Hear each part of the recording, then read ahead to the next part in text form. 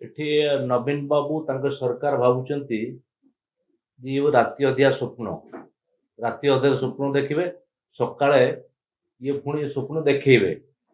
ଇଏ ଭୁବନେଶ୍ୱରବାସୀଙ୍କୁ କେବଳ ଗୋଲାପୀ ଚିତ୍ର ଏବଂ ନିର୍ବାଚନ ଭେଳିକି 23 ବର୍ଷ ଲାଗିଗଲା ଏ ମେଟ୍ରୋ କଥା କରିବା ପାଇଁ ଏବଂ ଏଥିପାଇଁ ନା ବଜେଟରେ ପ୍ରାବଧାନ ଅଛି ନା ବଜେଟରେ ପଇସା ହେଇଛି, ଏ କଥାକୁ ମଧ୍ୟ କରିନାହାନ୍ତି। ଇଏ ତାଙ୍କର ନୂଆ ନେତା ପାଣ୍ଡିଆନ ଯେମିତି ପିଲାର ଗଣିଦେଲେ ଏବଂ ଷ୍ଟେସନ ଗଣିଦେଲେ କେତେଟା ଷ୍ଟେସନ ହବ ଏବଂ ପିଲାର ଏତିକିଟା ହବ, ଇଏ ଭାବୁଛନ୍ତି ସେଇଭଳି ଖେଳ ବୋଧେ ମେଟ୍ରୋ।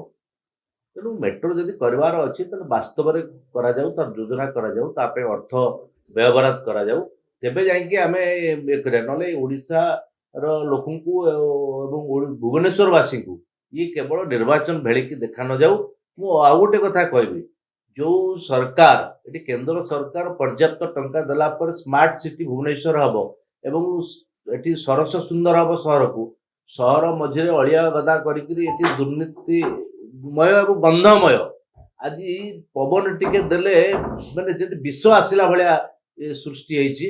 ସେ କଥାକୁ ଅଳିଆ ଟିକେ ସଫା କରିପାରୁନଥିବା ସରକାର କହୁଛନ୍ତି ଆମେ ମେଟ୍ରୋ କରିବୁ, ଇଏ କେବଳ ନିର୍ବାଚନ